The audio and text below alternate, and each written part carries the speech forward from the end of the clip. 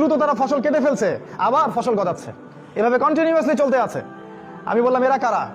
জিবরাইল আলাইহিস সালাম বললেন এরা হচ্ছে আপনার উম্মার সেই সব মুজাহিদ ফি সাবিলিল্লাহ যারা আল্লাহর পথে জিহাদ করেছিল, যাদের নেকি আল্লাহ পাক দিয়েছেন 7 থেকে 700 গুণ পর্যন্ত, 7 থেকে 700 পর্যন্ত, যাদের ফসলের বীজ বোনার সাথে সাথেই তাদের ফসল ফলে যাচ্ছে।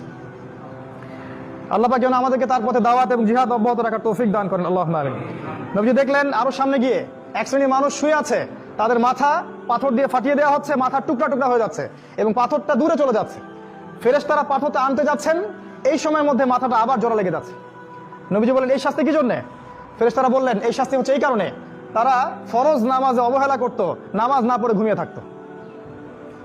তারা ফরজ সালাতে অবহেলা করত এবং নামাজ না পড়ে ঘুমিয়ে থাকতো, এই জন্য তাদেরকে এই শাস্তি দেয়া হচ্ছে। মনে করিয়ে দিই আমাদের নবী মুহাম্মদ সাল্লাল্লাহু আলাইহি সাল্লামের জীবনের শেষ ওসিয়ত হচ্ছে আসসালাত, আসসালাত ওয়া মা মালাকাত আইমানুকুম, সালাত, সালাতের ব্যাপারে